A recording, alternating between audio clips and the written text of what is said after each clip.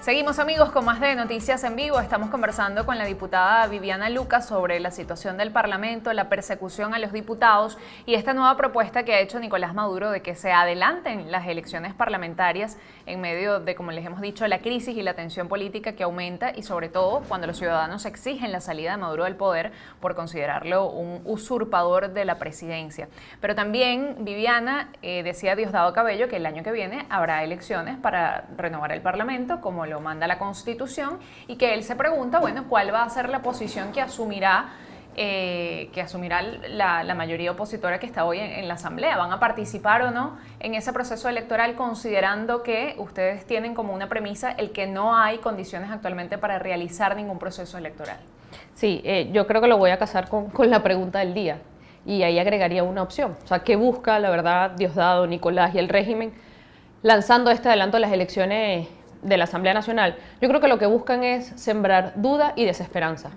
Que el venezolano hoy crea que simplemente ellos van a seguir y correr para adelante, que van a realizar esas elecciones y que aquí ya no hay nada que hacer. Y aquí nosotros tenemos que recordarle que el que ellos hagan esas acciones y que nosotros no participemos porque las condiciones no están dadas, así como no estuvieron dadas el 20 de mayo, imaginando que van a ser exactamente las mismas condiciones, responde a una profundización de su crisis. Eso no va a resolver su legitimidad, eso no les va a dar soluciones al pueblo venezolano, no va a garantizar la luz, no va a garantizar la comida, no les va a dar legitimidad internacional. Pero por sí el les contrario, garantiza a ellos atrincherarse de alguna manera, por la fuerza sí, de manera ilegal sí, pero al final atrincherados en el poder, y en ese caso hasta con la Asamblea Nacional entonces. Pero ahí tendremos nosotros que entender que Venezuela ya no solamente no es un ataque al Parlamento, sino que es un ataque a la República. Ya nosotros dejaríamos de ser simplemente una república, porque eso se convertiría en un parapeto más. Hoy lo que sostiene que Venezuela siga siendo una república es la legitimidad del Parlamento. Y eso es muy importante que ellos lo entiendan, porque eso además tiene complicaciones en cuanto al comercio exterior, tiene complicaciones en sus relaciones internacionales, y esto simplemente dejará de ser un país como nosotros lo conocemos. Además, para la oposición a Maduro ha sido una bandera el poder contar con una institución legítima como la Asamblea Nacional. De hecho, el argumento constitucional por el cual Juan Guaidó es hoy presidente encargado precisamente radica en que él es presidente del Parlamento. Sin el Parlamento, sin la Asamblea Nacional, ¿con qué queda la oposición? Seguramente nosotros seguiremos luchando, porque además eso fue una decisión de vida y una opción. Nosotros no tenemos otra opción sino seguir luchando por Venezuela, y buscaremos otras trincheras. Hoy esa legitimidad que goza el Parlamento hace que nosotros seamos una referencia en Venezuela, que nos convirtamos en el único pilar de la República, pero nosotros entendemos que lamentablemente nosotros no hemos podido cumplir con nuestras funciones como poder legislativo. Nosotros no hemos podido controlar, nosotros no hemos podido hacer leyes, y eso se convirtió en una trinchera básicamente y un ajedrez en donde nosotros somos fichas importantes para esta lucha. Seguramente conseguiremos otra, y ya llegará el momento. Tenemos todavía 2 años, y en Venezuela, si cada día es un país distinto, imagínate en 2 años. Pero sin duda nosotros estaremos preparados para seguir luchando desde la trinchera que sea. Tú hablas de otras trincheras, Viviana. ¿Das ya por perdida entonces la Asamblea Nacional a finales de 2020? Esto lo estoy diciendo porque tú estás colocando el escenario de que eso ocurra. Para nosotros esta convocatoria, como te decía al principio, es simplemente una manera de desviar la atención. Es simplemente lanzar una propuesta porque llevan 5 meses sin decir absolutamente nada, y alguna respuesta tenían que darle a lo suyo. Nosotros estamos convencidos de que esto lo hacen para generar desesperanza, para generar desespero, porque yo creo que hay 3 palabras que las últimas 2 semanas ha sido el accionar del régimen, que son diálogo, elecciones y represión. Ellos han hecho que esas tres palabras sean como el monstruo gigante para poder acabar con la esperanza de cambio que sentía el venezolano y que nació este enero con Juan Guaidó y con la Asamblea Nacional.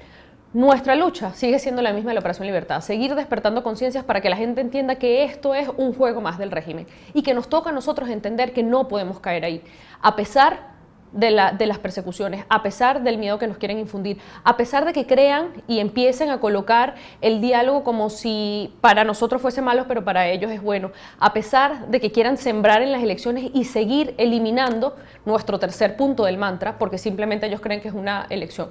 Nuestra opción y nuestra ruta es muy clara, y el desenlace de esa ruta son unas elecciones transparentes, libres y auténticas. El chavismo, específicamente Diosdado Cabello, se ha dicho claramente que ellos participarán en la próxima elección parlamentaria cuando corresponda a finales de año.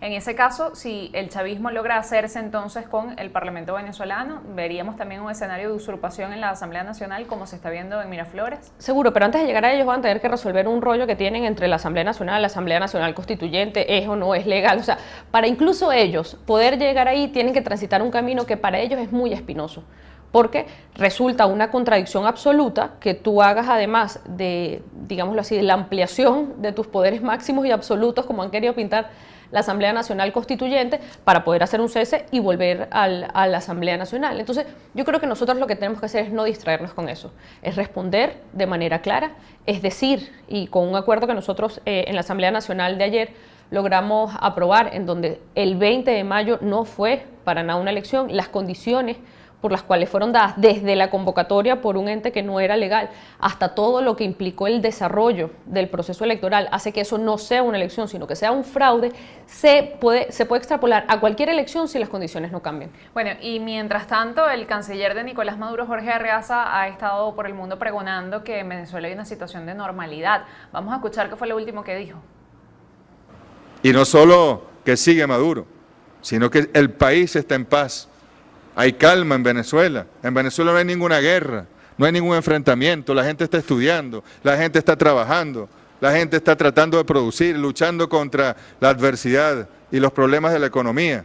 Pero ahí nadie se está enfrentando con nadie. Que usted prende CNN o prende Fox News o CBS y le dicen que hay un país en guerra, eso es mentira. Bueno, allí escuchábamos la declaración de Jorge Arreaza, canciller de Nicolás Maduro, nuevamente asegurando que en Venezuela hay una situación de total normalidad, que hay paz, que en el país no sucede nada. Sí, a mí lo primero que me llama la atención es que alguien que defiende tanto el nacionalismo y la no intervención y la no injerencia hable con un cartelito que dice Cuba enfrente y no que diga Venezuela. Yo creo que eso nos tiene que llamar mucho a la reflexión de su doble discurso y de los cínicos que ellos se han vuelto y de lo que les importa muy poco el país, sino ellos mismos y cómo poder de alguna manera mantenerse y enquistarse en el poquito de país y de territorio que les queda.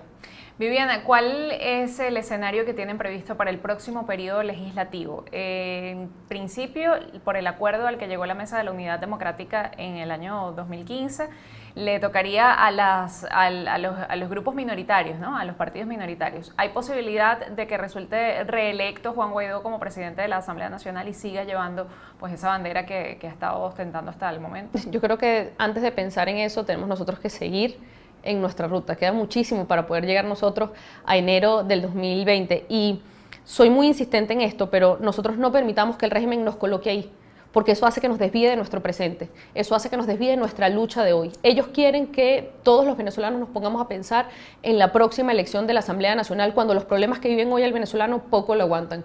El problema de la gasolina no hay manera de que mejore. Los problemas económicos que nosotros estamos viviendo no hay manera de que se solucionen. Ellos quieren que nosotros dejemos de pensar en lo que nos agobia y nuestros motivos para protestar hoy, para pensar en una elección en el 2020. Pero se va a producir esa elección, ¿no? No lo sé, la verdad. ¿Qué crees que pueda pasar de aquí al año que viene? Porque la gente también se pregunta, bueno, ¿será que vamos a llegar igual que como estamos ahora hasta 2020 y lo que va a ocurrir es que entonces ahora el chavismo tendrá nuevamente la Asamblea Nacional? Yo estoy convencida de que no. O sea, incluso nosotros no podemos concebir ni el país, ni nuestra forma de hacer política, ni nuestra manera de hacer oposición, si esto no llega a un desenlace pronto. Bueno, vamos a estar atentos a las acciones. No sé si tienes información de alguna acción que se vaya a tomar desde el Parlamento en los próximos días, si nos pudieras adelantar. No, de momento nosotros tenemos que hacerle seguimiento a lo que fue la reunión del grupo de contacto de la semana pasada, lo que está ocurriendo, incluso en Estados Unidos con la reunión en el Pentágono y lo que va a ocurrir con la discusión de la ley de la verdad, que lo que busca es ampliar de alguna manera la ayuda humanitaria a Venezuela, y el Grupo de Lima, que sigue igual. Esos son como tres factores ahorita en donde nosotros tenemos que hacerle seguimiento permanente. ¿Fue fructífera de alguna manera esa visita del Grupo de Contacto Internacional de la Unión Europea a Venezuela la semana pasada? Yo creo que bastante. Ellos entendieron, estamos como muy alineados, entendieron que el problema de los venezolanos necesita un desenlace pronto.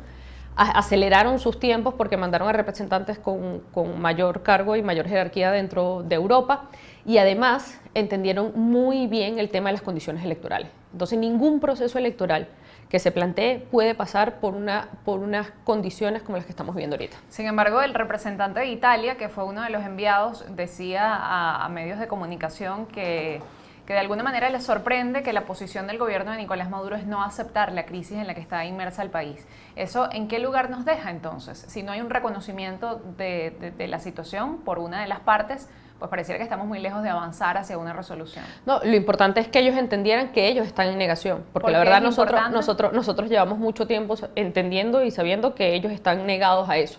¿Por qué es importante? Porque no necesariamente los interlocutores de la oposición pueden ser igual de válidos para ellos que cuando lo escuchan directamente del régimen. Bueno, vamos a estar también muy pendientes entonces de lo que pueda seguir desarrollándose con respecto a esas gestiones, no solo de la Unión Europea, sino también de Noruega, del Grupo de Lima, de Estados Unidos.